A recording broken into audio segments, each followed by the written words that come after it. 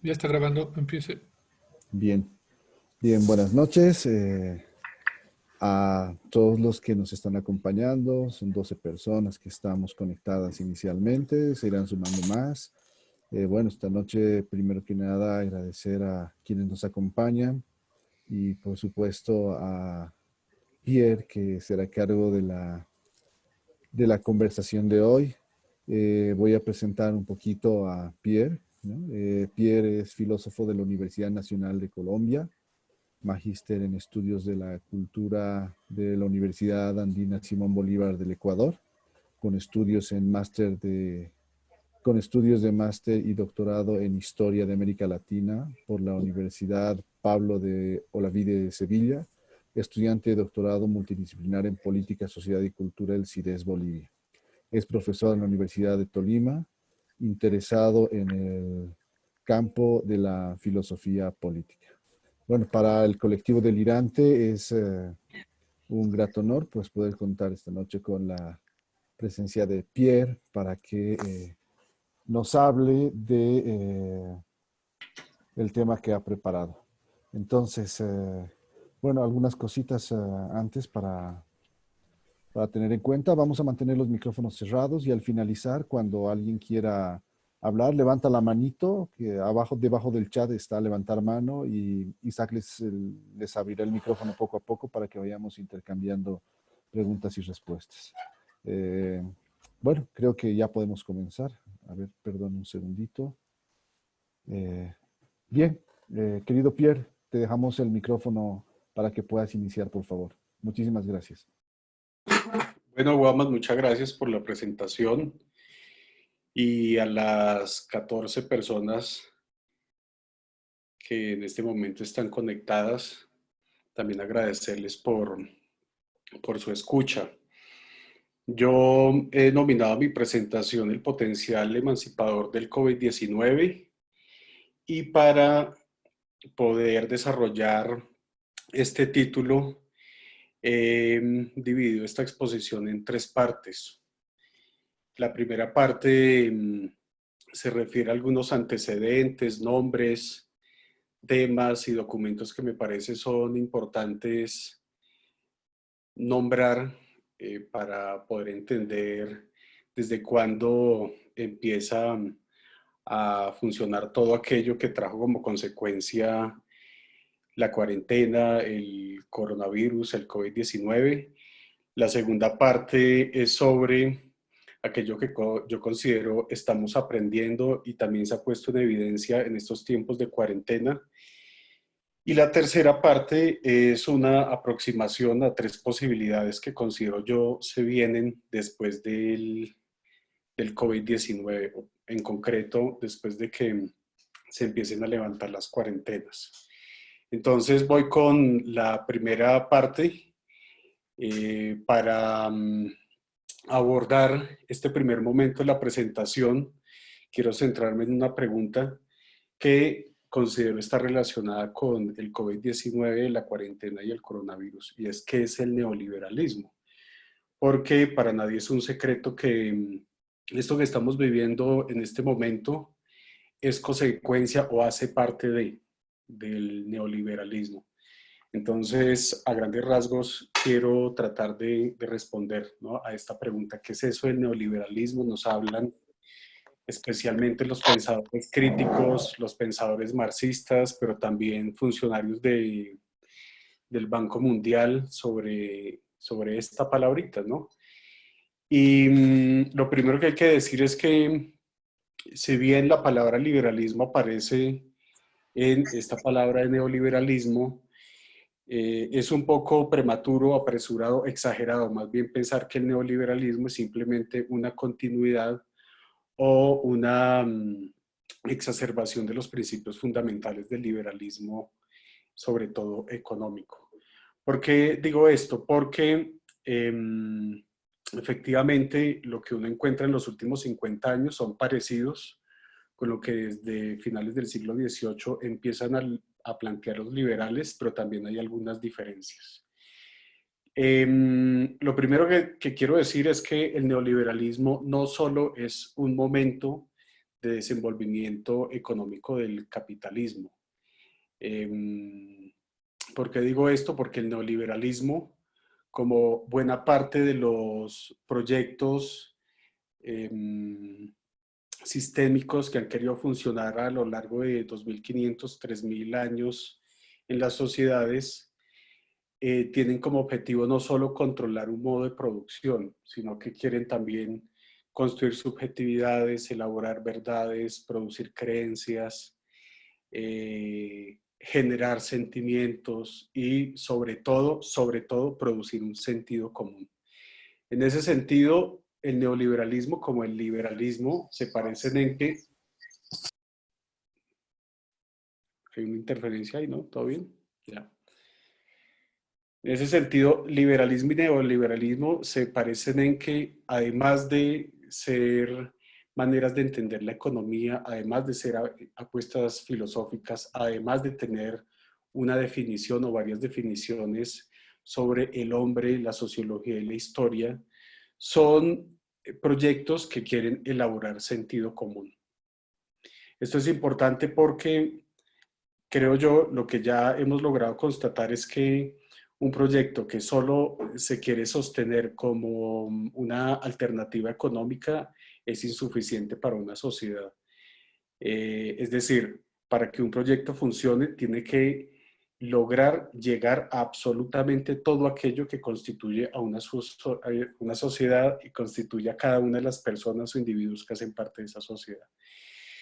Entonces es un todo, ¿no? Es un todo sociológico, filosófico, antropológico, cultural, que tiene como gran pretensión, por supuesto, ser hegemonía, ¿no? Mi lectura es que no logra ser hegemonía porque todo proyecto tiene fisuras y tiene vacíos, pero más adelante me voy a referir a eso. Entonces les decía, esa es una coincidencia con los liberales. Otra coincidencia que uno encuentra entre los neoliberales y los liberales es que ambos creen en la libertad. Hay una discusión muy fuerte en los últimos 300 años acerca de qué es lo más importante para una sociedad. Libertad, necesidad, felicidad, igualdad.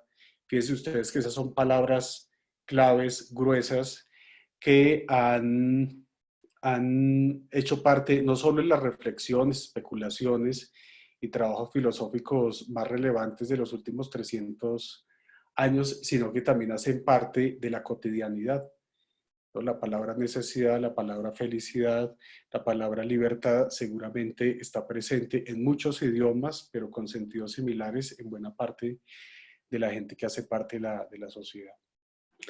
Sin embargo, creo que una diferencia importante entre los neoliberales y los liberales, la gran mayoría de los liberales, tiene que ver con la palabrita igualdad.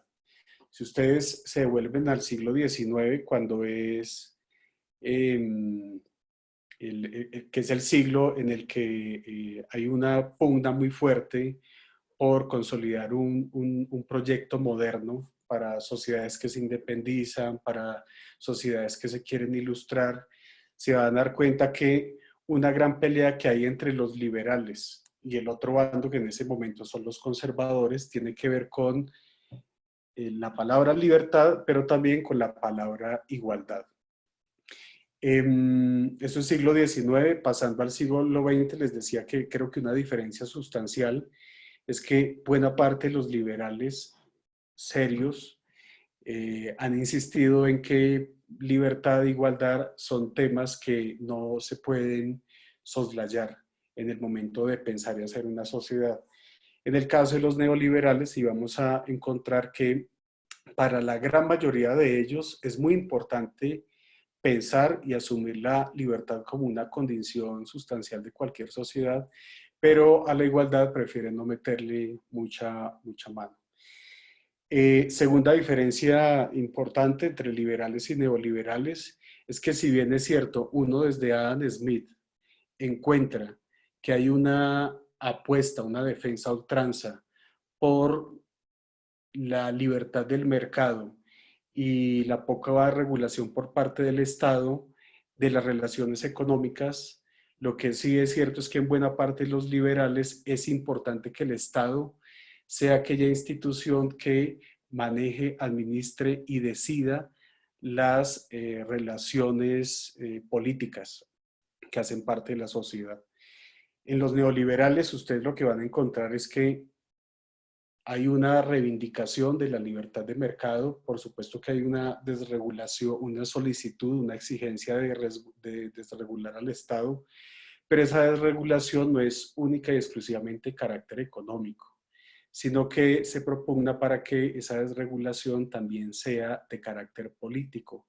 Y eso significa que así como las relaciones económicas se sustentan en las directrices establecidas por el mercado, en el neoliberalismo uno encuentra que la gran mayoría de los autores, von Hayek, Friedman, el mismo Karl Popper, van a insistir una y otra vez que es importante que ojalá el mercado también pueda regular y administrar las relaciones políticas. Sobre esas dos o tres diferencias que en este momento yo les cuento acerca de liberales y neoliberales, es que algunos liberales consideran que el neoliberalismo a veces es una aberración del liberalismo o a veces es un enemigo de los postulados más significativos de la teoría liberal. Volviendo a los parecidos, recuerden ustedes que uno de los autores más importantes de la teoría liberal económica es Adam Smith. Adam Smith en 1776 escribe La riqueza de las naciones y al empezar esta presentación les decía que, ojo, no hay que creer que el liberalismo y neoliberalismo son solo una apuesta económica, sino que hay filosofía, antropología y demás. Cuando Adam Smith escribe La riqueza de las naciones, pues ustedes saben que él era profe de filosofía moral. Y así como en La riqueza de las naciones habla de la importancia de liberar el mercado, de extender las relaciones comerciales, de impedir que el Estado se inmiscuya en las relaciones económicas, Adam Smith en La riqueza de las naciones también da una definición acerca de el hombre, la sociedad y la humanidad. Adam Smith, y ojo porque esto va a ser importante hasta ahora, va a plantear en su filosofía moral y está presente también en La riqueza de las naciones que la conducta humana obedece de manera natural, es decir, cualquier persona está constituida por, ojo, egoísmo, capacidad de compasión, la necesidad de ser libre, la necesidad de tener propiedad, la necesidad de trabajar y la necesidad de intercambiar, ¿no? Creo que esto es fundamental y permite entender cómo esto no es solo economía, sino que también es filosofía y también es cultura, ¿no? El hombre es, dice Smith, por condición natural, egoísta, compasivo, quiere ser libre, quiere tener propiedad, necesita trabajar y necesita también intercambiar. Eh, sobre esto, hay que decir que entre los liberales, ¿no?, internamente como teoría van a haber muchas discusiones y van a haber muchos desencuentros acerca de cómo entender el presente y cómo empezar a pensar y planificar el futuro.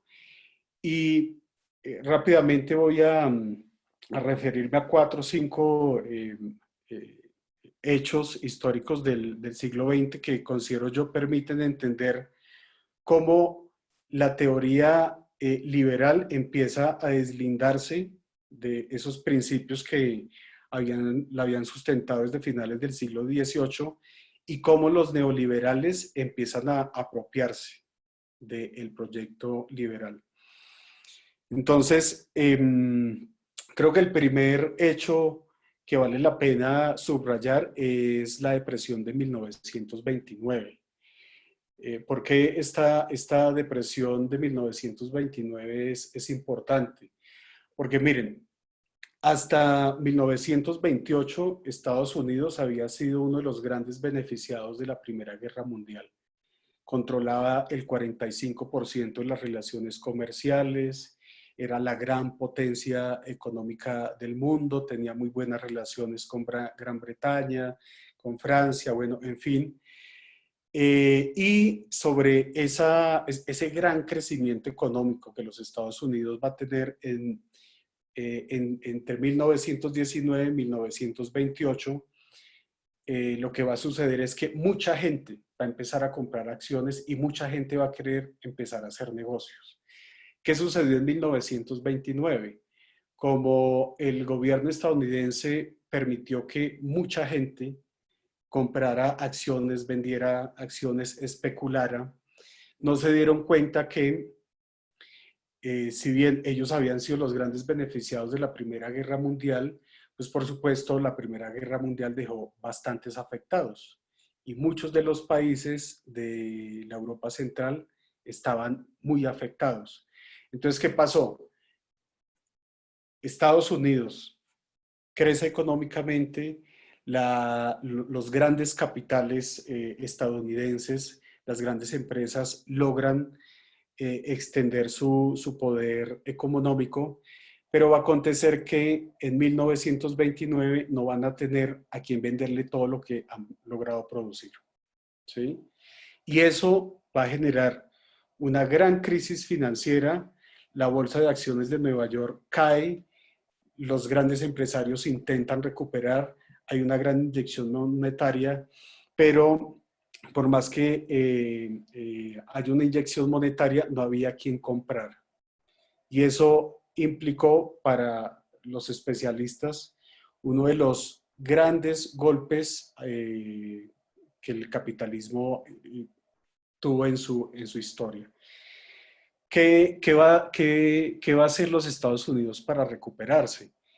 Ahí entra el tema de la diversidad de liberales que hay dentro de la teoría liberal.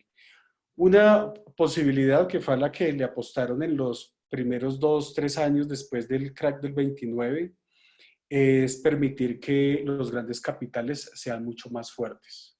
Pero eso falló porque el desempleo en Estados Unidos creció, Europa no tenía plata para comprarle cosas a los Estados Unidos. Y ahí aparece un personaje que es fundamental en toda esta historia, que es John Maynard Keynes. Keynes es un economista británico y fíjense lo interesante de lo que sucede con Keynes. Para los eh, neoliberales, Keynes es un economista de izquierda, es un economista muy cercano al socialismo. Pero para los socialistas, Keynes es un maldito porque salva al capitalismo. Lo cierto es que Keynes, no solo él, pero él es uno de los nombres más relevantes de esta historia, va a ser el teórico y el planificador de aquello que vamos a conocer como el estado de bienestar.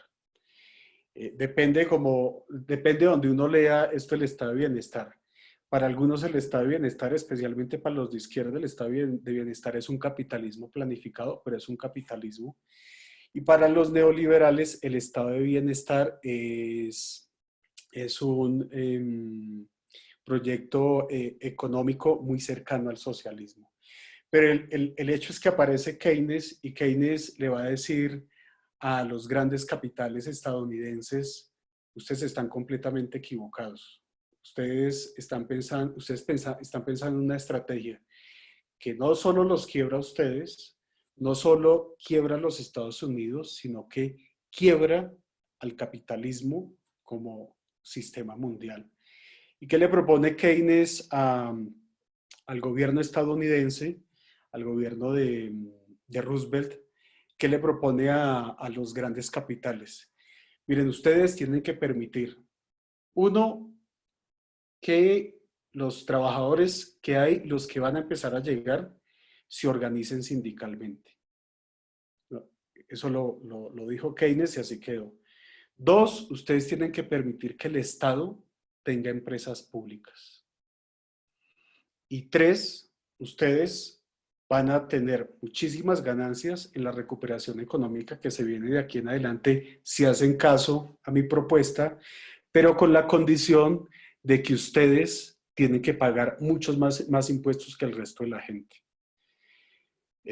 Si lo piensan, creo que de un lado y del otro son medidas bastante radicales. Y esa radicalidad del proyecto Estado de Bienestar planteado por Keynes fue el que ganó. Pero hay un cuarto elemento que yo articulo con el fortalecimiento ya no de una teoría liberal clásica, sino con los comienzos del proyecto neoliberal. Y es que desde 1930 en los Estados Unidos y en buena parte de los países que empiezan a suscribir la propuesta del Estado de Bienestar, va a ser muy importante cambiar una economía de ahorro, que era la que se venía desarrollando en buena parte del mundo, pero especialmente en las potencias entre 1870 y 1930, a una economía de la deuda y del consumo, ¿no? Eso va a ser fundamental. Es decir, va a ser importante permitir que los trabajadores consuman y permitir además que los trabajadores se endeuden. Entonces, los créditos, la apertura de los bancos para que los obreros empiecen a ir a pedir préstamos, esa va a ser una condición fundamental de ese estado de bienestar. Así va sucediendo, llegamos al segundo momento que es 1973. ¿No? 1973, ¿por qué? Porque es la crisis del petróleo. En 1973 se da la guerra de Yom Kippur. Egipto y Siria deciden atacar a Israel porque Israel se está consolidando como la gran potencia de Oriente Medio. Se van a la guerra. Los Estados Unidos, Francia y el Reino Unido apoyan a Israel. Un montón de países, y entre esos la Unión Soviética, van a apoyar a Siria y a Egipto, pero Egipto se va a dar cuenta que la Unión Soviética no está jugando la guerra de manera honesta. Al final se firma un acuerdo de paz, muchos quedan contentos, pero los países del Oriente Medio, que ya hacían parte de la OPEP, quedan disgustados con los Estados Unidos, ¿no? Y con el Reino Unido por el apoyo que le prestaron a Israel. ¿Y qué van a hacer? Pues van a decir, hasta este momento nosotros le hemos vendido el petróleo muy barato al Reino Unido y a los Estados Unidos. Y por tanto, aquí, octubre de 1973, decidimos subir el precio del barril del petróleo. Eso es importantísimo porque eso genera la segunda gran crisis económica del capitalismo y sobre todo y especialmente de los Estados Unidos. Y ahí aparecen otra vez los grandes capitales estadounidenses e internacionales y decir, esto no nos habría sucedido, no estaríamos perdiendo plata, no estaríamos con tanto desempleo, si desde 1930, luego de la depresión, ustedes hubieran permitido como gobiernos que los grandes capitales tomaran las decisiones económicas y políticas por la sociedad. Esto es 1973. Y ese ruido que empiezan a generar los grandes capitales a nivel internacional van a conducir a que a finales de los 70 Margaret Thatcher llegue como primera secretaria del Reino Unido y a que en 1981 los grandes capitales pongan en los Estados Unidos a Ronald Reagan, ¿no? Ahí, ¿no? Ya el gran capital no solo cuenta con un gran colchón económico para financiar su pelea, sino que desde ahí van a contar con un gran apoyo en la administración política. Si uno se pregunta cuál es la apuesta sociológica del neoliberalismo, creo que esa respuesta la da Margaret Thatcher en 1979-1980, cuando ella dice esa cosa que se llama sociedad no existe. Lo que existen son individuos. Entonces es una definición bastante paradójica porque el proyecto sociológico que se empieza a consolidar en los últimos 40 años es un proyecto que niega la sociedad y reivindica, ¿no? Defiende de manera radical y contundente al individuo para ese individuo egoísta del que Adam Smith ya había hablado. Entonces, con Margaret Thatcher se empiezan a desmantelar los sindicatos que se habían vuelto muy fuertes gracias al estado de bienestar. Con Margaret Thatcher aparecen las órdenes por prestación de servicios. Con Margaret Thatcher se empiezan a privatizar las empresas públicas. Y Ronald Reagan va a ser importante porque en los Estados Unidos de Ronald Reagan va a empezar a funcionar una política fiscal de carácter regresivo. ¿Eso qué significa? Acuérdese que Keynes le dijo a los grandes capitales: ustedes se salvan si salvamos a los desempleados, si salvamos a los futuros empleados, y para salvarnos todos, ustedes tienen que pagar muchos más impuestos. 80, 90% de lo que ustedes ganan se tiene que ir para el erario público. Ronald Reagan impone una política fiscal regresiva. Y desde el 81 en adelante, ustedes lo que empiezan a encontrar es que los grandes capitales en los Estados Unidos y en todos aquellos que se empiezan a sumar al proyecto neoliberal, pues van a pagar menos impuestos. Luego viene 1989, este año es importante porque es el año en el que se declara el consenso de Washington. Y pues miren, ese consenso de Washington va a insistir en que se deben mantener abiertas las fronteras comerciales, se debe impedir la regulación estatal, perdón, se debe permitir la inversión extranjera. Ojo, eso es bastante importante para lo que empieza a acontecer en América Latina. Paréntesis, claro, antes ya había inversión extranjera, pero habían bastantes trabas, ¿no? Entonces, este punto de liberar las barreras para la inversión extranjera va acompañado de otro de los 10 puntos establecidos por el consenso de Washington. Y es que se tiene que garantizar seguridad jurídica para las nuevas inversiones, ¿no? Entonces eso permite también entender la llegada de un montón de multinacionales en toda América Latina, el fortalecimiento de las multinacionales que venían trabajando desde hacía 50, 60 años en África, por supuesto también en este continente. Y ahí queda constituido todo ese paquete. En ese 1989, recuerden ustedes, se cae el muro de Berlín, más bien tumban el muro de Berlín, y en 1991, pues es la desintegración de la Unión Soviética. Y ojo, esto es importante para lo que académicamente empieza a suceder. En 1992, Francis Fukuyama, el asesor de varios gobiernos estadounidenses, va a publicar un libro que se llama El fin, ¿cómo es? El fin de la historia y el último hombre. El fin de la historia y el último hombre. ¿Por qué es importante ese libro? Porque todo el siglo XX es una gran pugna entre capitalismo y socialismo. Ustedes se van a dar cuenta que después de la Segunda Guerra Mundial, el apoyo financiero que el gobierno estadounidense empieza a prestar a los gobiernos y dictaduras latinoamericanas es para atacar sobre todo a las iniciativas de carácter socialista y comunista.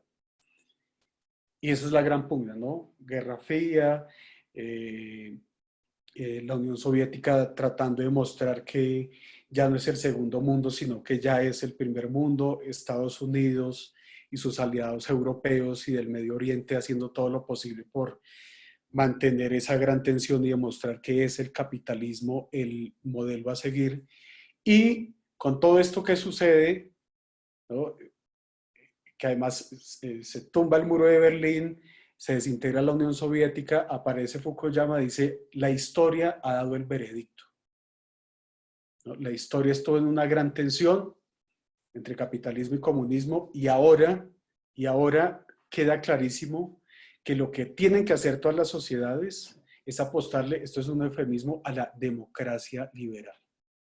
Es decir, hacer caso a el consenso de Washington, es decir, hacer caso a instituciones y organismos que después de la Segunda Guerra Mundial aparecen y empiezan a ser fundamentales en esas relaciones económicas globales.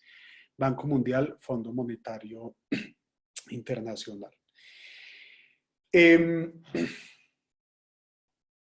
Entonces, he intentado, ¿no?, dar fechas, algunos nombres, cambios que son significativos para comprender qué fue lo que terminó pasando en estos últimos 40 años. Punto 2, creo que para nadie es un secreto, pues que el coronavirus, la cuarentena, se dan en tiempos del neoliberalismo, ¿no? Seguimos estando en el neoliberalismo. Algunos gobiernos han intentado iniciar una etapa posneoliberal, algunos han intentado generarle tensiones, unos más que otros, pero el hecho es que... ¿Perdón? ¿Todo bien?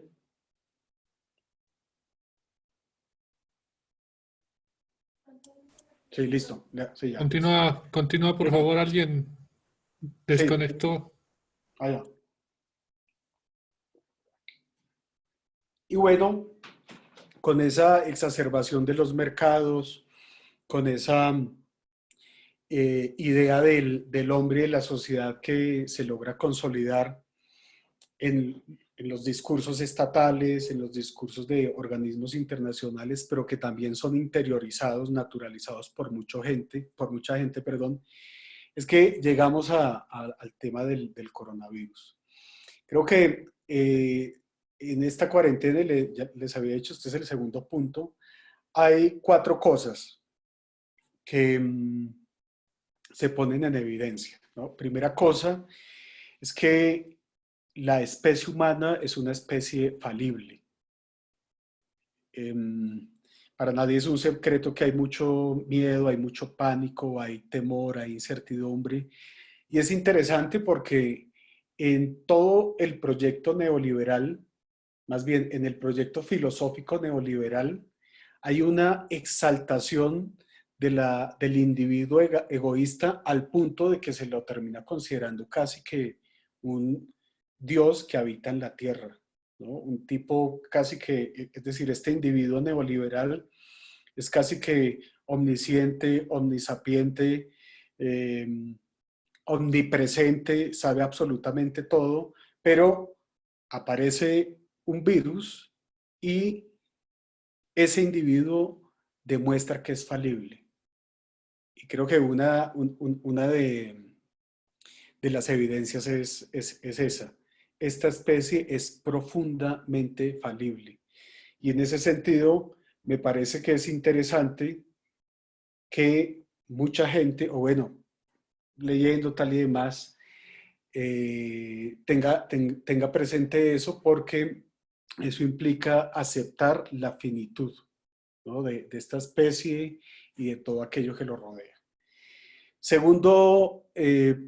Segundo punto, segunda cosa que se pone en evidencia es que somos falibles, pero además somos una especie que escucha muy poco, porque en los últimos 2 meses lo que se ha estado compartiendo a través de las redes sociales, lo que nos han dicho reflexiones muy consistentes y juiciosas, elaboradas desde el derecho, la economía, la ecología, el ambientalismo, Pues es algo que desde hace 40, 50 años ya se venía diciendo.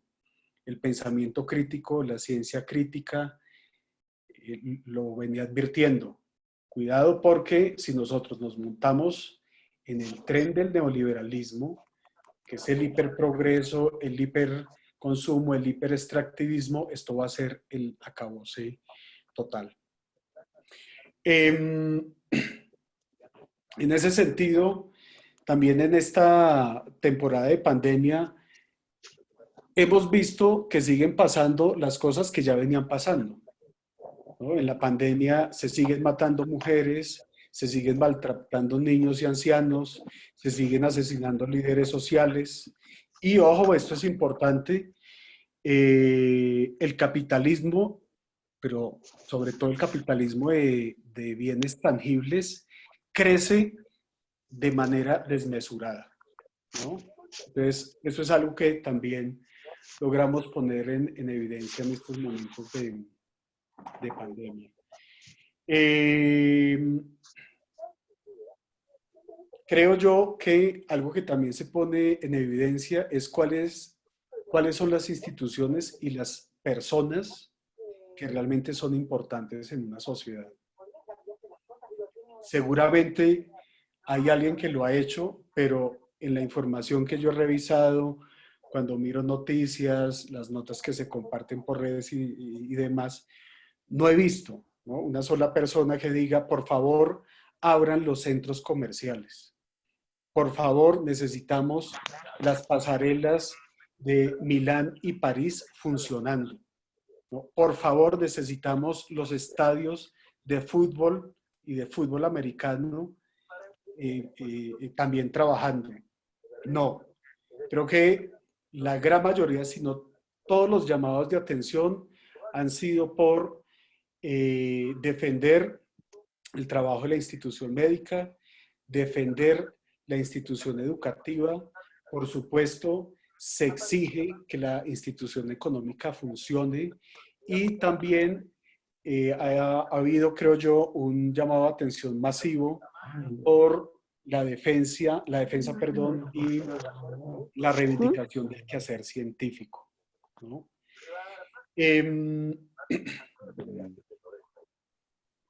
Perdón, ¿hay alguien con el... Silvia, por favor, ¿puedes cerrar el micrófono?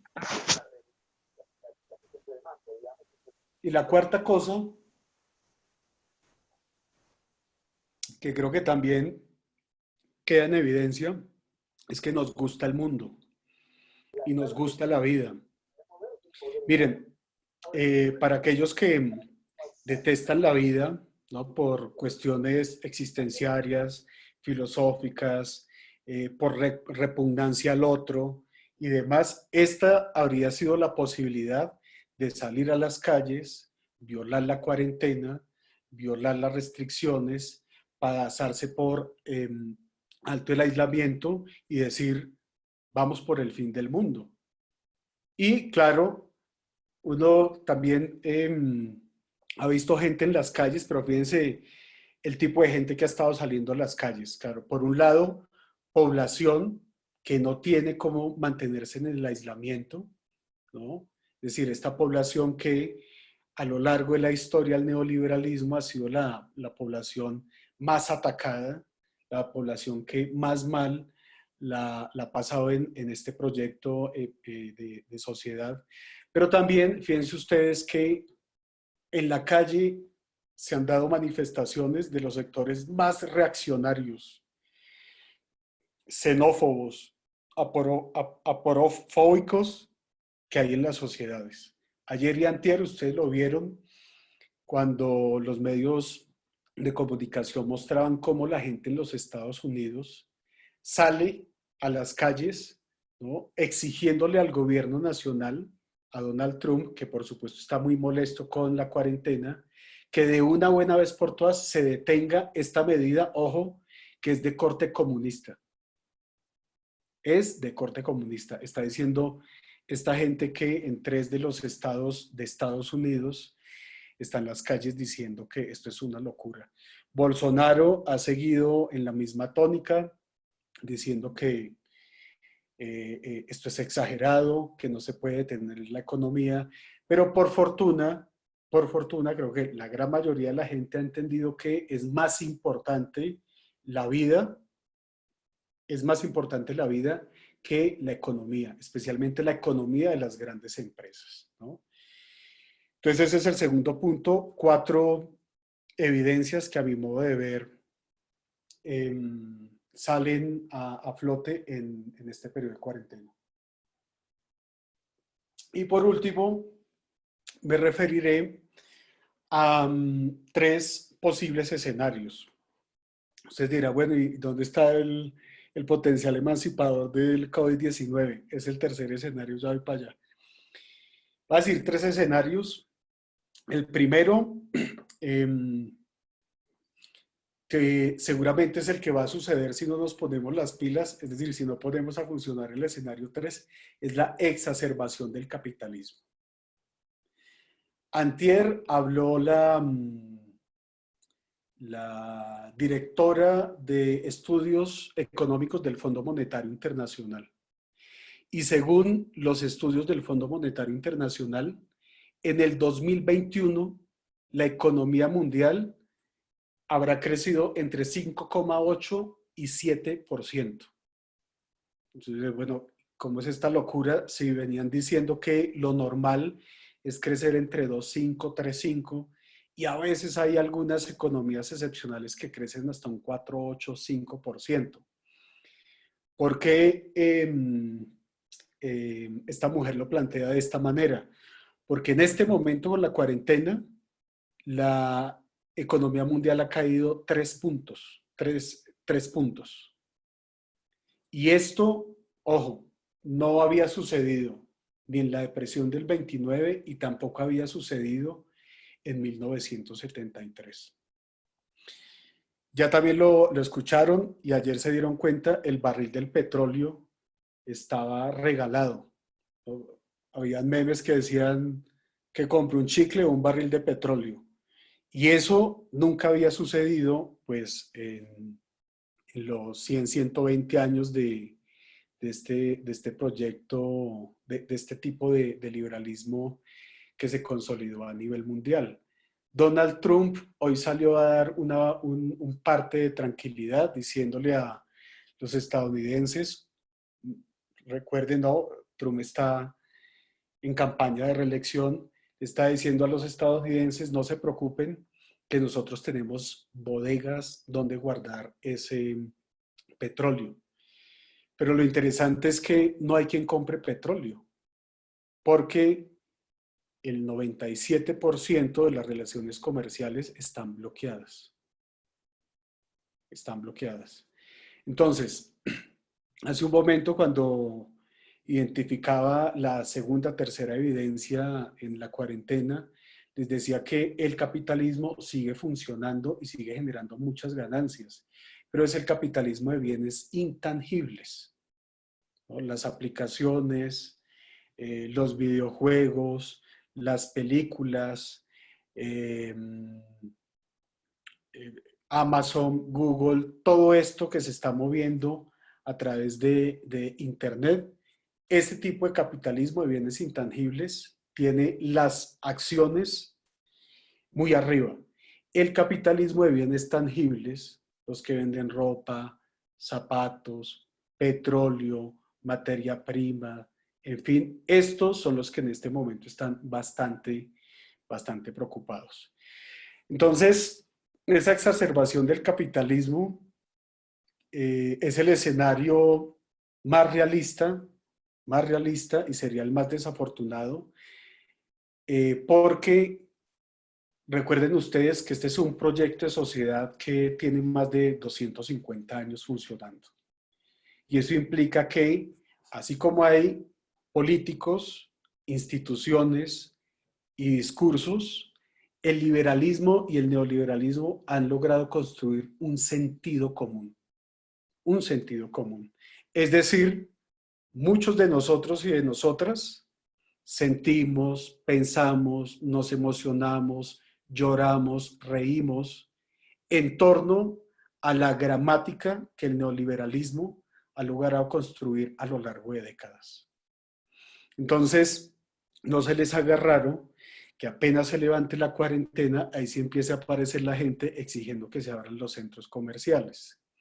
Pero además, piensen ustedes, ¿qué van a hacer los grandes capitales con esa cantidad de mercancías que tienen en sus bodegas? Bodegas que están a punto de estallar.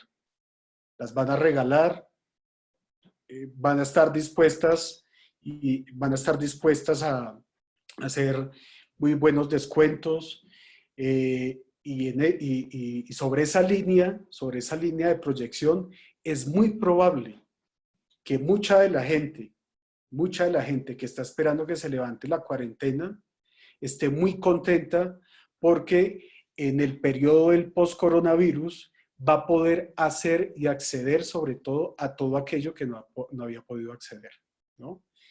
Entonces, ese es el primer escenario. El segundo escenario es el escenario de ceder un poco para no perderlo todo. Ceder un poco para no perderlo todo. Y eso significa que los grandes capitales, de mano del Banco Mundial y del Fondo Monetario Internacional, se reúnan y digan: es imposible, señores de los grandes capitales, que ustedes sigan sosteniendo las ganancias que en estos últimos 40 años han logrado sostener anualmente. El gran capital va a preguntar: entonces, ¿qué vamos a hacer? Y el Fondo Monetario Internacional y el Banco Mundial les va a decir: ustedes van a seguir ganando, pero van a ganar mucho menos. Es decir, es algo así como un neo-keynesianismo. Es el segundo escenario. Y ese es un escenario que le gusta a los reformistas, es un escenario que le puede gustar también a los progresistas, es un escenario que sobre todo le puede gustar a los tibios y a los políticamente correctos, ¿no? Porque es un escenario que de manera radical no va a golpear al gran capital y que además va a permitir que la gente que en este momento está desempleada pueda acceder a ciertas garantías, ciertos subsidios, acceder a ciertos derechos y demás, ¿no? Si uno los mira en términos temporales, el primer escenario, el de la exacerbación del capitalismo, podría funcionar 20, 30 años y no se les haga raro que de aquí a 30 años eso vuelva a reventar, ¿no? Con una pandemia o una guerra, ¿no? Que sea capaz de volar de la faz de la tierra a mucha más gente de la que en este momento ha cobrado el coronavirus. El segundo escenario, el de ceder un poco para no perderlo todo, yo pensaría que puede funcionar por unos 40, 60 años, pero que seguramente volvería a pasar algo similar a lo que aconteció en 1973 con la crisis del petróleo. Y el tercer escenario es el escenario del potencial emancipador, ¿no? El potencial emancipador. Creo que está claro que ningún sistema opresor funciona solo de manera externa.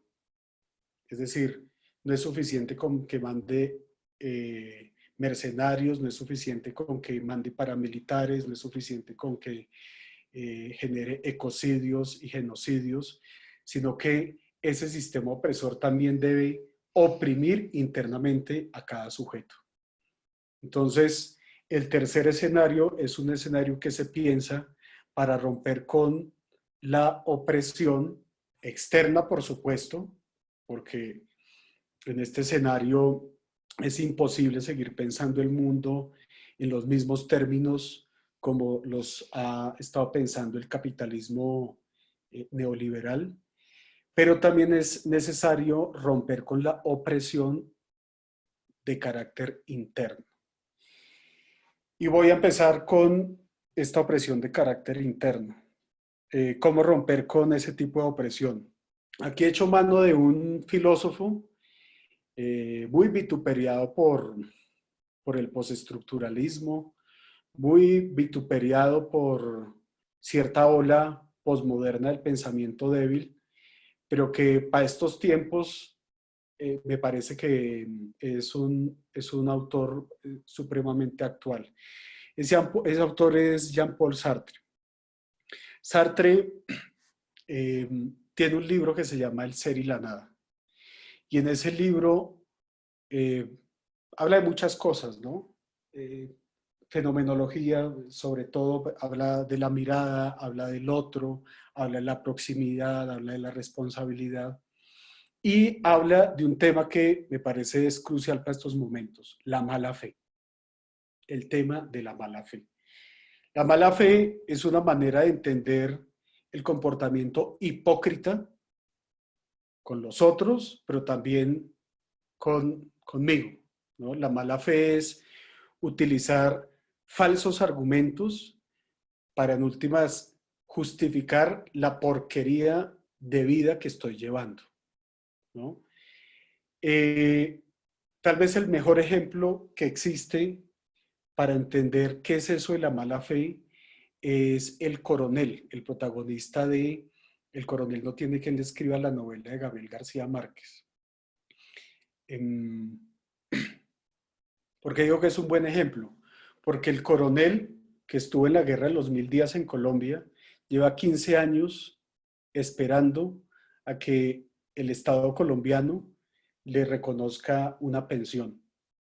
Y el coronel todos los viernes se pone su mejor traje, se va de su casa hasta la oficina de correos a esperar una carta que él sabe que nunca le va a llegar. Él sabe que nunca le va a llegar. Sartre le diría al coronel, mire, no se engañe más, y no engañe a su mujer, y no engañe a sus vecinos, porque sus vecinos también saben que usted nunca le va a llegar la bendita carta, nunca le va a llegar. Y Sartre, pues siempre, bueno, casi siempre incendiario, diría, usted lo que tiene que hacer es dejar de verse hipócritamente, dejar de tratar hipócritamente a la gente y hacerse responsable de esa verdad tan cruda que lo está acompañando. Entonces Sartre siempre piensa en la organización, en la manifestación, en la acción, la praxis. Hay que salir a reventar, ¿no? Entonces creo que es lo primero, hay que atacar la mala fe porque la mala fe está presente en mucho de ese sentido común que rige y determina a buena parte de la cotidianidad en el mundo neoliberal. Punto 2. Hay mucho miedo, hay mucho pánico, hay mucho temor. Y dice Sartre, pues miren, eso es normal porque este sistema es un sistema que siempre genera miedo, siempre genera pánico y siempre genera temor. Y la invitación de Sartre es matemos el miedo, el pánico y el temor a través de la angustia. ¿Qué significa eso?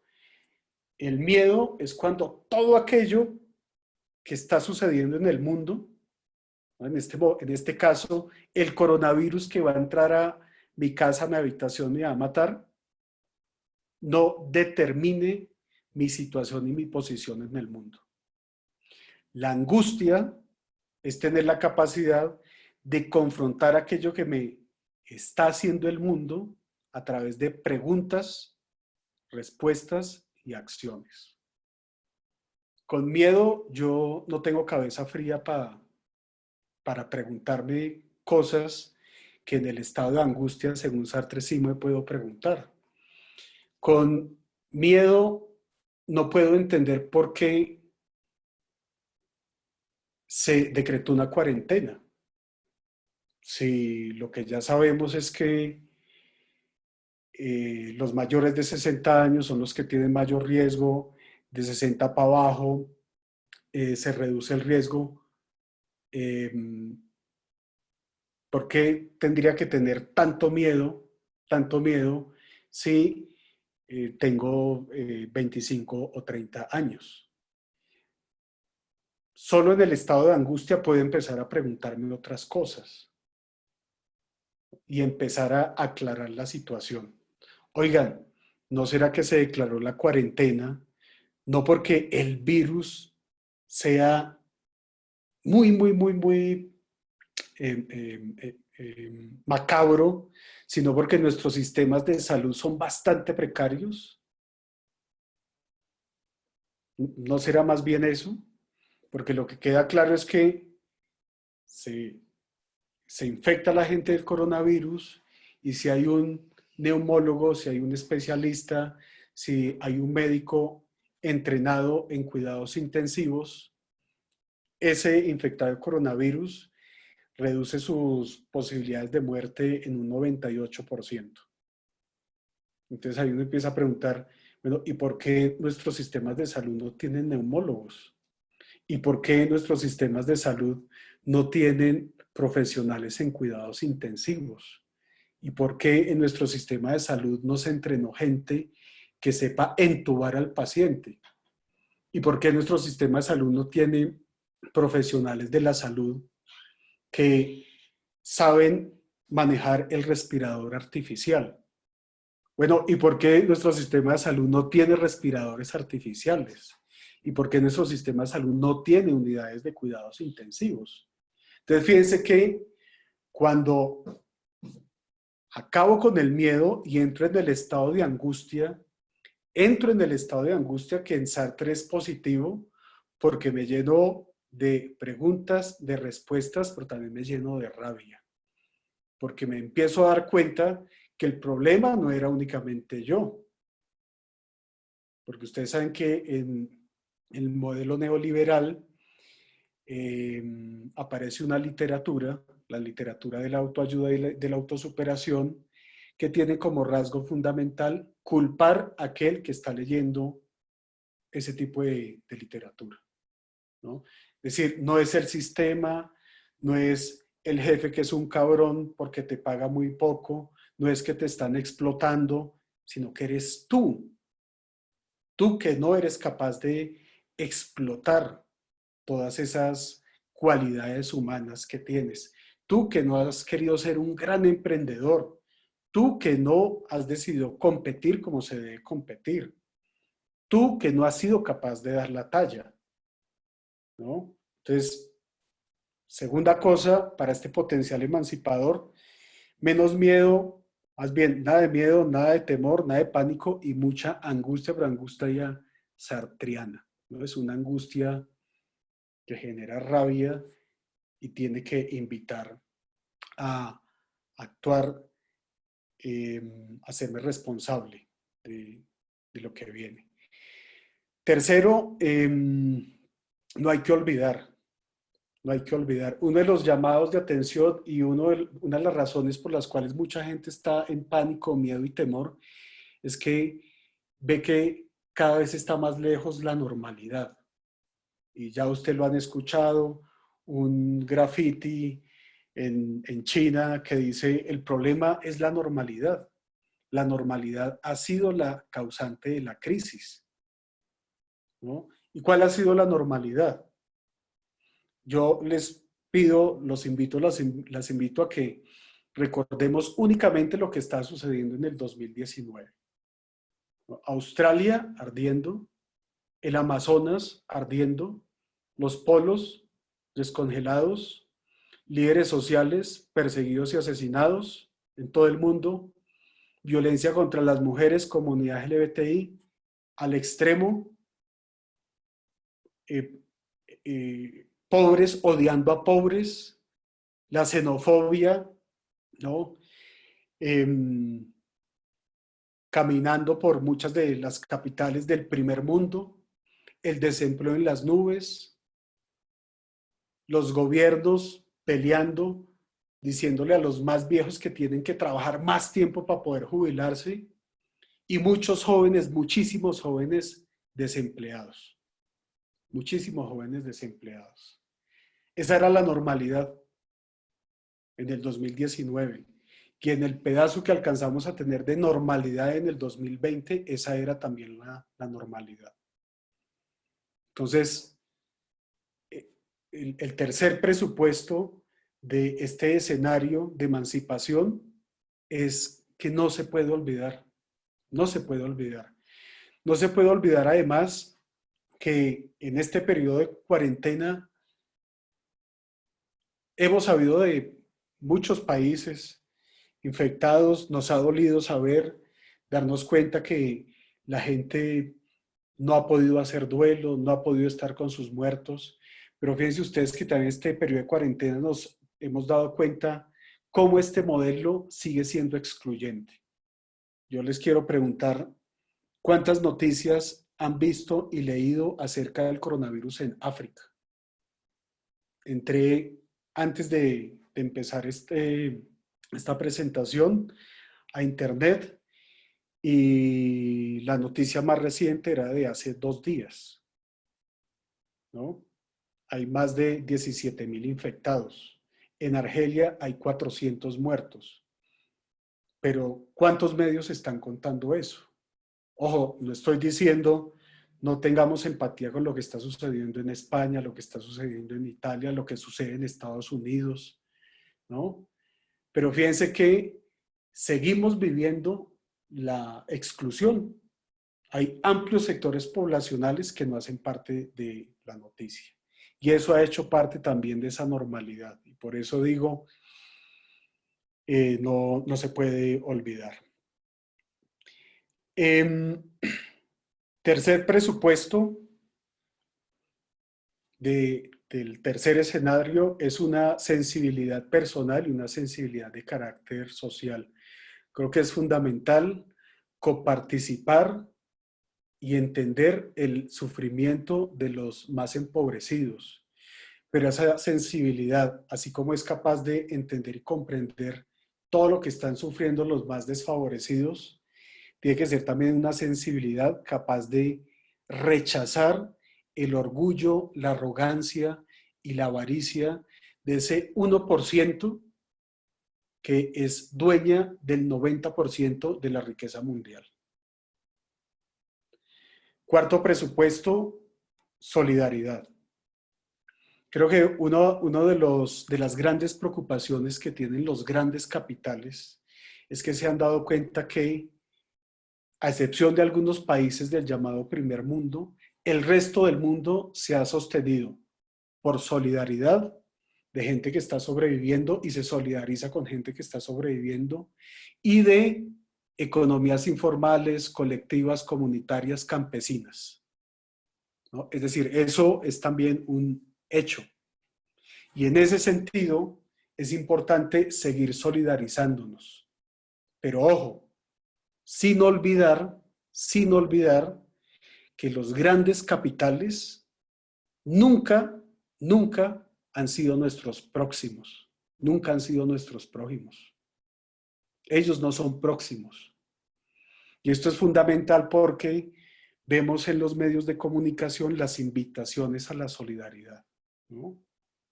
Y esa solidaridad también termina siendo en algunas ocasiones un llamado a encubrir quiénes son los sujetos de carne y hueso que nos han traído a donde estamos en este momento.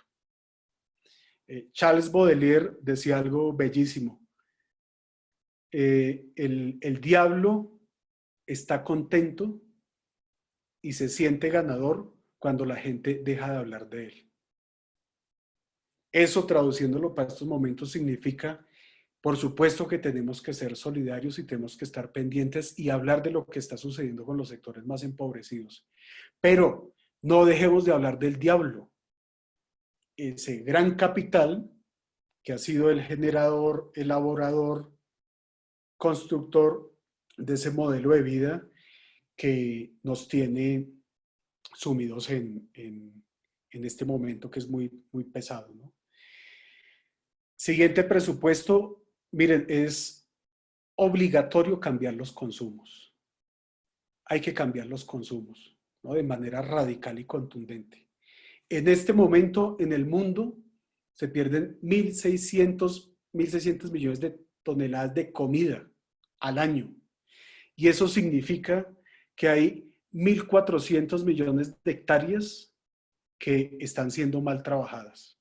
Piense por favor en la cantidad de aguas, en los bosques que fueron deforestados, en la cantidad de poblaciones indígenas, campesinas y afro que fueron expulsadas de su tierra para poner a producir unas tierras que no producen, porque son alimentos que se están perdiendo. Pero no es únicamente con la comida donde está el problema. Pensemos en los dispositivos que de manera obsesionada y compulsiva se han vuelto herramientas obligatorias, vitales para nuestra existencia. Vamos a seguir permitiendo que los grandes capitales que hacen tablets, celulares, PCs y demás, nos digan, sin que se les sonroje el rostro, que estos aparatos ya tienen definida su obsolescencia en 6, 8 años, celulares 3, 4 años, cuando sabemos que en cada uno de estos aparatos hay sangre, porque lo saben, las guerras que en África se dan por el coltán y las pugnas muy fuertes que ya en América Latina, Argentina y aquí en Bolivia se están dando en torno al litio. Entonces, si no hay un cambio radical en esos consumos, pues volvamos al tema de la mala fe. No actuemos de mala fe. Y digamos de una buena vez por todas, ¿saben qué? Es que a mí me encanta este tipo de vida. No sigamos diciéndonos mentiras. Hay que reorganizar la subjetividad, hay que reorganizar lo colectivo y hay que reorganizar la política. Para reorganizar la subjetividad hay que ponerle dinamita a la subjetividad capitalista. Hay que sacar de una buena vez por todas al gran empresario que uno lleva en sus sueños, hay que sacar al gran mercenario, hay que sacar al narcotraficante, ¿no? Que es una figura también paradigmática en el mundo neoliberal. Hay que sacar a la top model, hay que sacar a un montón de personajes que el neoliberalismo ha convertido como tipos ideales. 2, hay que reorganizar lo colectivo. Es importante, si estamos interesados en esta potencia emancipadora como escenario a futuro, empezar a participar. El barrio, la comunidad, la organización, la fundación cultural, el sindicato. Es decir, y hay que imaginar un montón de maneras de reorganizar lo colectivo. Y en la política, en el neoliberalismo nos dijeron que era suficiente la democracia partidista y representativa. Nos dijeron además que el mercado debe llevar las riendas de todo, pero cosa curiosa, nunca nos han invitado a votar sobre las decisiones que se toman en el mercado. Ese modelo de política es insuficiente para el futuro. Una articulación entre lo representativo y lo participativo, dándole mucho poder a la base, seguramente es una de las únicas posibilidades que nos queda. Otro de los presupuestos es que hay que cambiar la agenda académica, intelectual, social y política. Porque miren, después de mayo del 68, explotó el deseo. Y ese deseo explotó como posibilidad de construcción, pero también como posibilidad de carencia. Y en esa gran explosión nos dimos cuenta que había unos relatos que efectivamente eran bastante peligrosos, ¿no? Nos dimos cuenta que especialmente la manera como se estaba entendiendo la revolución, la transformación, tenía inconsistencias, tenía vacíos y tenía bastantes exclusiones, pero el mundo intelectual, el mundo cultural y el mundo académico especialmente quedaron sumidos en la reivindicación de la diferencia, pero una diferencia fragmentada. Entonces empezamos a encontrar luchas sobre todo de carácter identitario y cultural, que por supuesto son fundamentales. Pero algo en lo que nos tenemos que poner de acuerdo es que necesitamos recuperar los universales, pero universales incompletos, universales llenos de partes, universales que son el resultado de la conjunción de múltiples proyectos. Es seguramente la única posibilidad, porque, saben ustedes, buena parte de las reivindicaciones de la diferencia quedaron sumidas en la lógica neoliberal. Querido Pierre, Siguiente, y ya estoy disculpa, terminando. vamos para 9:15 ya, ¿no? Hay que Sí, ir sí, cerrando, listo. por favor. Este punto lo voy a dejar como último ya. Hay que transformar el mundo laboral. Hay que transformar el mundo laboral. En este momento, el 40-45 de la población sigue trabajando a través del teletrabajo. Y ojo, porque las proyecciones del Banco Mundial manifiestan que, por ejemplo, en Argentina, el 63% de los trabajos ya son automatizables, ¿no? Y que en Etiopía, ¿no?, el 75% de los trabajos son automatizables. ¿Eso qué significa? Que esa persona que ahorita está teletrabajando, que a 5, 10, 15 años, probablemente no va a ser necesaria. Entonces, volviendo a Keynes, Keynes en 1930 escribió un ensayo muy cortico y muy bonito que se llama Principios económicos para nuestros nietos. Y Keynes, ¿no?, hizo una proyección pensando en cómo iban a vivir sus nietos en el 2030. Keynes, ojo, ¿no?, va a decir, en el 2030 las jornadas laborales van a ser de 15 horas semanales, 15 horas semanales, ¿no? Porque vamos a tener un montón de máquinas que van a estar haciendo las cosas por nosotros. Keynes, ¿no? Y en 1911, Roberto Flores Gamón, un anarquista mexicano, dijo, si trabajamos mancomunadamente, vamos a poder establecer un sistema laboral que le permita a la gente trabajar 2 o 3 horas máximo. Y en este momento lo que ustedes encuentran es una gran competencia, ojo, por acceder a un trabajo en donde sé que me van a estar explotando. Entonces, considero que ya llegó la hora de empezar a reflexionar de qué manera vamos a abordar este tema del mundo laboral. Vamos a seguir agarrados entre nosotros cuando es claro y evidente que hay riqueza suficiente para redistribuir.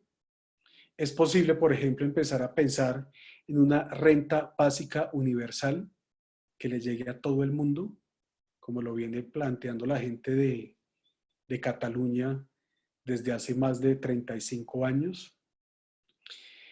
Es un tema crucial porque, miren, a los que les está yendo muy bien en la cuarentena, a los que venden bienes intangibles, que están ganando mucha plata, miren, esta gente tiene muy poquitos empleados. Netflix tiene 7,000 empleados en todo el mundo. Google tiene 45,000 empleados. Amazon tiene 47,500 empleados, ¿no? ¿Saben ustedes cuántos empleados tiene el Estado boliviano? Casi 402,000. ¿Sabe cuántos empleados tiene el Estado colombiano? 1.870.000. Entonces tiene sentido seguir apoyando a estos capitales de los bienes intangibles que generan tantas ganancias pero no redistribuyen. Entonces, esos son los 9 presupuestos. Y bueno, perdón por haberme extendido. Ahí lo dejaría para empezar la serie de preguntas. Muchas gracias. Gracias a ti, querido Pierre. Muchísimas gracias por habernos llevado y habernos hecho discurrir por todo este conglomerado de hitos históricos que pues nos permiten reposicionarnos también frente a lo que estamos viviendo. Bueno, vamos a abrir el micrófono, por favor, con la metodología de levantar la manito para que Isaac pueda cederles la palabra. Quien quiera comentar, complementar, preguntar, tiene el micrófono abierto, por favor.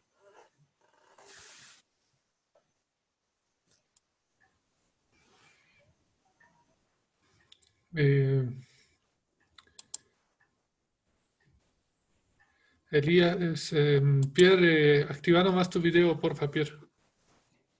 Jorge levantó la Sí, ya. manito, ¿no? Dale, Jorge.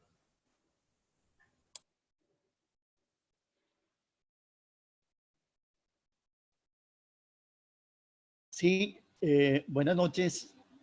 Inicialmente, pues un saludo muy afectuoso a Pierre.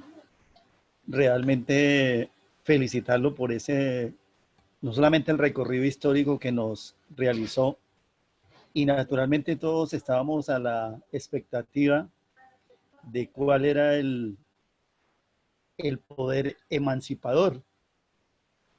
Hay muchas cosas, Pierre, que comentar y nos has dejado una cantidad de propuestas muy interesantes. Lástima que pues el tiempo no ayudó porque sé que se podría ampliar muchísimo eso. Pero valdría la pena, en el caso mío yo me quedo mucho con el aspecto que se narró del famoso coronel de Gabriel García Márquez, que toca en vena propia mía. Pues yo también tuve que luchar mucho por una pensión con el gobierno colombiano. Por fin la obtuve. No me demoré tanto como el coronel, pero sí la reflexión más importante es pensar hasta qué punto de vista pierde, no solamente en Colombia, sino en toda Latinoamérica. ¿Cuántos millones de coroneles hay? Y hay una relación que podría ser muy íntima, no solamente entre el coronel, sino el coronavirus, ¿sí? Ese efecto es tenaz porque pues el coronel esperando y con su aspecto que planteaste de la mala fe, que es una situación que nos caracteriza muchísimos de nosotros que no hemos tenido la valentía de afrontar el sistema como debe ser. Entonces, resumiendo mi planteamiento, yo me quedaría con esa figura del coronel que nos tiene que hacer reflexionar a todos, en ese sentido de que va a rematarse con todas las propuestas que hiciste, porque es la forma de ya no ser coronel, sino, bueno, un grado más alto o menor no sería que en este caso, pero cambiaríamos de actitud con todo eso. Y la otra cuestión que me llama muchísimo la atención es todo ese recorrido histórico que hiciste, pero particularmente con Keynes. ¿Hasta qué punto de vista, por ejemplo, en nuestra actualidad necesitaríamos de ese personaje que estuviera acá en este momento y nos planteara desde el punto de vista económico la situación que se podría describir? Y pues has retratado una cantidad de personajes que han influido particularmente en nuestro país.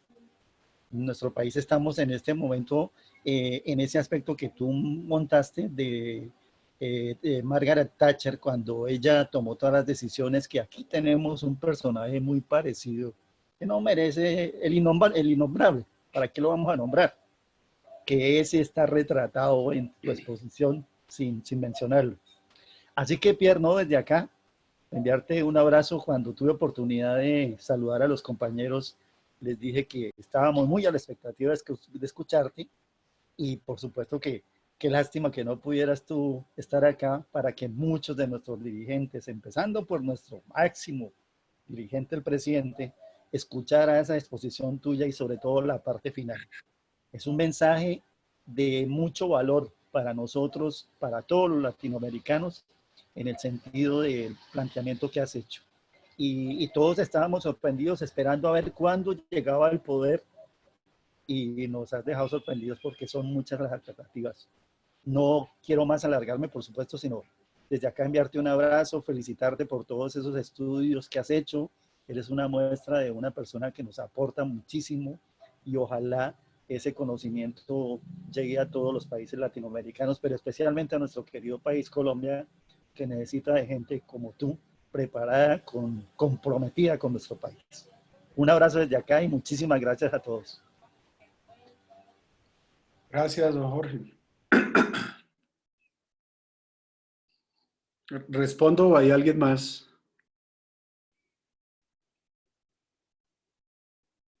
No hay nadie. ¿Podrías empezar a responder y mientras alguien se va animando a preguntar? Sí. No, pues miren, el tema con el coronel es que nuestras sociedades están llenas de coroneles. Es decir, en este modelo de vida es muy difícil no estar encarcelados en la mala fe, ¿no? Porque mala fe es no poder abiertamente decir no y participar hipócritamente en una reunión o una invitación a la que realmente no quería ir. Pero mala fe es también tener que soportar un trabajo en el que no se quiere estar, ¿no? Y ese es uno de los grandes, tal vez sería también el mejor ejemplo de la mala fe. La gran mayoría de la gente en este modelo trabaja en lo que no quiere estar. Trabaja en sitios y en ocupaciones donde no puede desarrollar todas sus capacidades cognitivas, donde puede desenvolver toda su imaginación. Entonces, Sartre en eso es contundente, ¿no? Uno no puede organizar el devenir si no es capaz de organizar lo que internamente está sucediendo. Y esto implica empezar a no actuar de mala fe. Y lo segundo con Keynes, bueno, hay una escuela neo-keynesiana, ¿no? ¿Cuál es el asunto? Que en Keynes el tema ambiental, ecosistémico no está presente y el tema de otros tipos de organización socioeconómica y político-administrativa tampoco. Y creo que eso es un inconveniente porque buena parte del mundo, y especialmente América Latina, cuenta con experiencias históricas que demuestran que sí se puede organizar la vida de una manera muy distinta. Muy distinta porque las condiciones de igualdad son parecidas para la gran mayoría de la gente que está ahí. Muy distinta porque la capacidad de criticar, de crear, también está presente. Muy distinta porque la relación con el entorno, el resto de animales, el agua, tal, se hace de manera mucho más armónica. Por supuesto que hay conflictos y demás como en toda sociedad. Entonces esos son los inconvenientes. Pero al lado de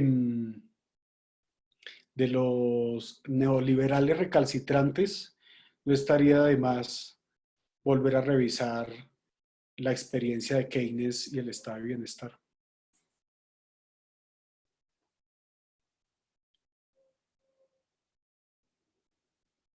Bien, Edwin Fernando. Edwin, por favor, tú tienes la manito levantada. Sí, Edwin. Hola, ¿me escuchan? Sí, hola Edwin. Muy bien. Gracias por la exposición. Aclaró muchas situaciones en las cuales estuve quizás perdido, ¿no? Pero sin embargo, el 2008 una publicación en que le añadía la decadencia humana, donde se menciona que también que la ciencia estuviese destrozando y arruinando al mismo país y a las mismas personas. Muy bien. La otra situación, cuando estaba hablando de el coronel no tiene quien le escriba, se supone que ha realizado usted una analogía donde indica de que él va a pedir un correo que no va a recibir. Entonces, yo creo que esta situación debe de despertarnos a todas las personas del mundo para que no estar esperando lo que se está esperando el coronel. Nosotros, ahora, en este momento, en etapa de cuarentena, ¿qué nos espera? ¿Qué espera a la gente que está saliendo a las calles a ganarse un peso? ¿Qué espera a la gente que está yendo a la calle a comprarse en la farmacia un farmacéutico? ¿Qué espera a las personas que tienen que tener un día de cita a los médicos o a un hospital por su salud y no tienen que salir? ¿Qué espera para las personas que no tienen? ¿No? Entonces no podemos nosotros esperar. Al menos lo había leído yo y yo decía que no, para mí, ¿no? No serviría para mí desde el punto de vista que tengo como una analogía, porque ellos no está demostrando que debíamos estar nosotros quietos como ellos, ¿no? O tal vez también podemos indicar que usted nos trata de decir que nosotros no podemos quedarnos como escribe García Márquez, ¿no? Sino levantarnos, despertar. Y precisamente por eso tal vez también habla usted de organizarnos nuevamente. También dijo que hay que globalizar, ¿no? ¿Y qué es del sujeto universal, ¿no? Que se está planteando, que se estaba planteando anteriores años y se sigue planteando? ¿Cuál es el pensamiento de usted, no? Se habla de globalizar, también de universalizar, de lo que hablan del nuevo orden. ¿No acaso ello va a llevar a la humanidad a la perdición? ¿No acaso esta globalización o universalización que está mencionando usted también nos puede llevar al caos? ¿No? Entonces, hay muchas cuestionantes que se pudiera llenar, hacer ejemplos también de lo que vivimos cada día. Pero quisiera que desde su parte, ¿cómo lo ve usted, diremos, así el mundo, ¿no? Ya desde el punto de vista socialista, uno, dos, del capitalista que estoy en contra de ello, ¿no? Y el tercero que más me agrada es desde el punto de vista que se ha dado de los pueblos indígenas originarios, ¿no es cierto? Campesinas, especialmente en Bolivia y en el mundo. Nada más. Bueno, Edwin, muchas gracias. Miren, en 1953, un filósofo que yo cada vez considero un filósofo muy peligroso y problemático, Martin Heidegger, escribió un ensayo que se llama ¿Qué es la técnica? Y ese ensayo ha sido repetido, replicado, defendido de manera obsesiva por mucha gente, ¿no? No solo gente derecha, sino también gente de izquierdas. Y pues para nadie es un secreto que Heidegger, además de conservador, fue un nacionalsocialista, tipo con un montón de contradicciones impresionantes, pero quiero destacar del ensayo lo siguiente, que se relaciona creo que con el punto 1 de lo que expresa Edwin. La ciencia y la deshumanización. Heidegger dice que la ciencia no es humana. La ciencia no es humana. Y yo no creo que sea así. Yo creo que el inconveniente ha sido que a la ciencia se le han dado usos deshumanizadores, que es una cosa pues completamente distinta.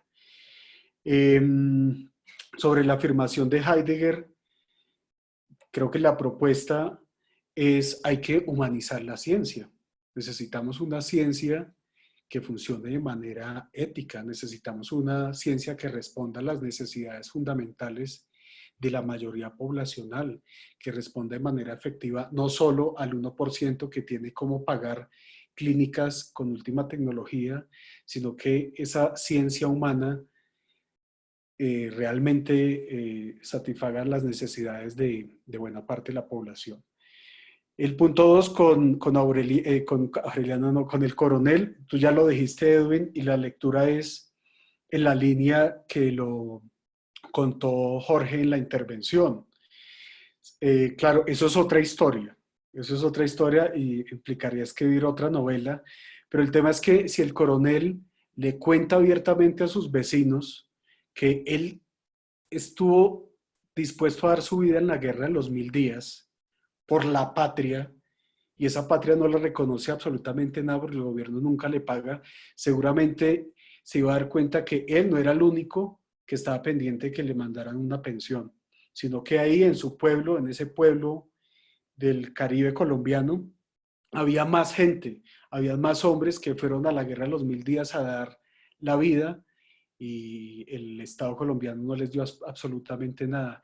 Y eso, ¿no?, implicaría que, por un lado, se relaja, porque los viernes no tiene que ponerse el mejor trajecito que tiene guardado en su casa para salir a la calle, como tratando de decirle a sus vecinos, yo estoy bien y estoy muy bien, al punto de que me puedo vestir bien, sino que le había permitido relajarse al coronel, salir en chancleta, salir en pantaloneta y por qué no empezar a reunirse con los otros hombres del pueblo que también habían sido olvidados para el Estado, para mirar de qué manera iban a hacer efectiva la denuncia. Y lo tercero, con el tema de la globalización, es que realmente nosotros no hemos asistido a una globalización. Nosotros lo que hemos tenido bueno, a lo largo de buena parte del liberalismo es que ciertas economías locales logran llevar sus productos a buena parte del mundo. Y eso no es globalización, ¿no? Yo aprovecho para preguntarles en nuestras casas cuántos productos elaborados, ¿no?, producidos en Chile, en Perú, en Brasil o en Colombia tenemos, ¿no? Si miramos, el 95% de lo que tenemos en nuestras casas es chino. Eso no tiene nada que ver con una globalización. Ahora bien, la cuarentena ha permitido darnos cuenta de una cosa muy básica en economía, y es que a la gente le sale más barato comprar aquello que se produce más cerca. Nosotros, ¿qué sentido tiene estar en un país que puede producir arroz, pero trae el arroz de la China? ¿Qué sentido tiene estar en un país que perfectamente puede producir chuño y, como son los chinos, nos van a empezar a vender chuño hecho en la China, ¿no? Eso no tiene ningún sentido.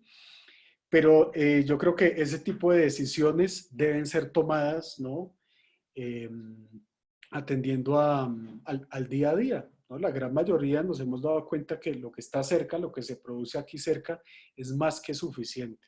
Con el tema tecnológico, yo creo que es posible consolidar un monopolio de carácter social. Yo creo eso, que se puede construir un monopolio de carácter social, porque efectivamente yo no soy un gran enemigo de las tecnologías. Sé que hay explotación y sangre en este tipo de dispositivos, pero creo que yo como pienso sobre imposibles, creo que es posible expropiar a, a los grandes capitales de los bienes intangibles, para de esa manera consolidar un modo de producción que, además de satisfacer las necesidades digitales que tenemos, sea capaz de tener una relación verdaderamente armónica con el entorno. Silvia, por favor.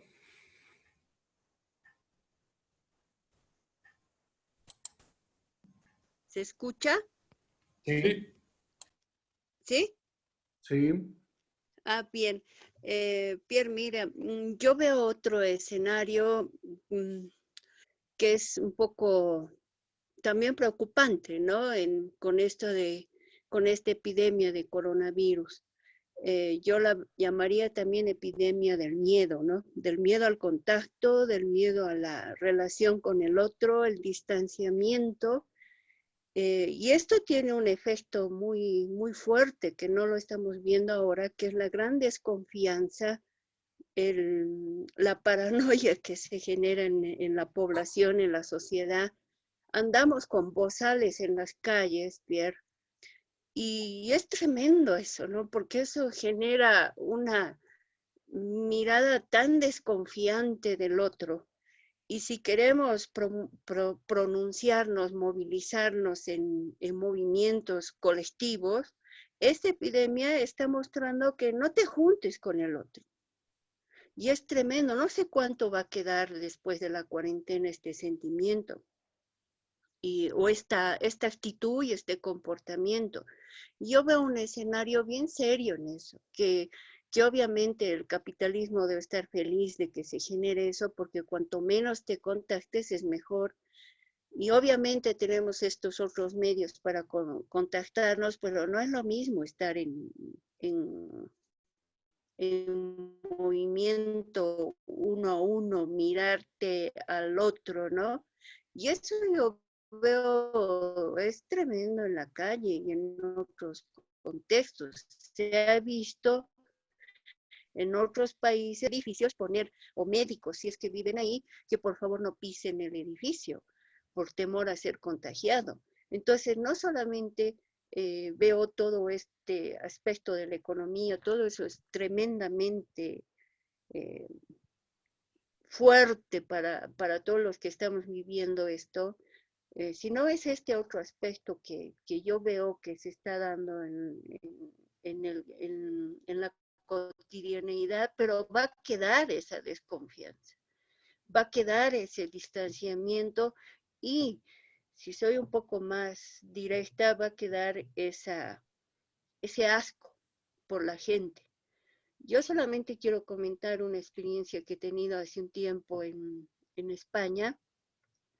Yo estaba en una etapa de invierno y tú ves lo que me dijo el médico. Me dijo, ¿tú tienes contacto con personas mayores, con viejos? Y yo pensé que me decía porque yo puedo contagiar, ¿no es cierto? Y me dijo, no, esa gente te va a contagiar de las peores enfermedades, aléjate de los viejos. Entonces hay un sentimiento muy tremendo que yo veo, actitudes muy, muy, no sé qué nombre ya más denominarlas, que pueden quedar en el comportamiento de la sociedad. Ojalá que no sea así, pero yo creo que es un efecto de esta epidemia del coronavirus, epidemia del miedo, diría, miedo al otro, a que no me contagie, a que no me pase su enfermedad, ¿no? Sí, sí. El escenario y la experiencia que cuenta Silvia harían parte de la exacerbación del capitalismo. Y no es absurdo pensar que el capitalismo de los bienes tangibles empiece a pensar en productos, en mercancías que permitan una asepsia total y en ese sentido permitan o más bien exijan un aislamiento definitivo de la gente. No es descabellado pensarlo, pero creo que eso haría parte de la exacerbación del capitalismo, porque esa exacerbación también se da sobre la existencia de miedo, pánico y temor, ¿no? Ahí va a estar toda la gente que está muy asustada y preocupada en este momento, va a salir muy contenta a recibir con abrazos y besos la producción de ese capitalismo exacerbado. Y sobre las posibilidades, ¿no?, del aislamiento y demás, miren, yo insisto en que Heidegger ha sido un tipo muy, muy dañino en la reflexión acerca de la relación técnica y hombre en el mundo contemporáneo. Muy dañino porque la lectura de Heidegger pareciera que la única relación posible entre la técnica y la humanidad es una relación de pasividad, que nosotros quedamos totalmente supeditados a aquello que hace el equipo que tenemos delante de nosotros. Y la misma historia permite demostrar que las herramientas con las que nos desenvolvemos en el día a día, por supuesto que ya están reglamentadas, ¿no? Ya hay toda una arquitectónica que define qué es lo que se puede hacer con ese equipo, con ese celular, con ese computador que tenemos aquí y demás. Pero eso de ninguna manera inhabilita la posibilidad de recrear las arquitectónicas y permitir y empezar a hacer aquello que el productor de la mercancía no había definido en ese producto. Es decir, no es descabellado que los teletrabajadores y teletrabajadoras se unan, decidan hacer una huelga virtual, un paro virtual, alzar los brazos y decir, nosotros exigimos mejores condiciones laborales. Porque para usted, señor empresario, no es ningún problema trabajar desde su casa, bueno, porque en realidad los empresarios no trabajan, ¿no? Pero para nosotros sí es bastante problemático estar en la casa, estar con las mascotas, estar con los hijitos, los nietos y demás, ¿no? Entonces, eso hay que pensarlo y ya se ha estado pensando, ¿no? Este tipo de equipos, por supuesto que aíslan, pero por supuesto que también permiten organizar y que permitan, así de momento, organizar la angustia de la que habla Sartre. Con eso empezaríamos bastante bien.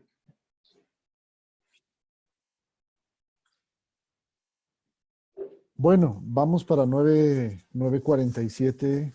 Creo que podemos ir cerrando acá, Pierre, si te parece. Y cerramos también ya las preguntas porque estamos más del tiempo que solemos estar, pues, ¿no? En todo caso, pues, agradecer a todos quienes nos han acompañado y, pues, agradecerte a ti, sobre todo por el tiempo y la dedicación para poder compartir con todos estas temáticas, ¿no? De parte del colectivo Delirante, a todos, muchísimas gracias. Hasta el siguiente, hasta este jueves. Este jueves nos va a acompañar Ivonne Ramírez con Suraya Dorado y Fernando Michel y nos van a hablar sobre el tema de diversidad funcional y cuarentena, ¿no? Entonces vamos a abordar el tema de discapacidad también en este tiempo de cuarentena, gracias a ellos. Están todos invitados para el día jueves. Buenas noches y muchísimas gracias. Muchas gracias y mil disculpas por haber abusado del tiempo. No, está súper. Era necesario, Disculpo. así que... Gracias a todos. Adiós.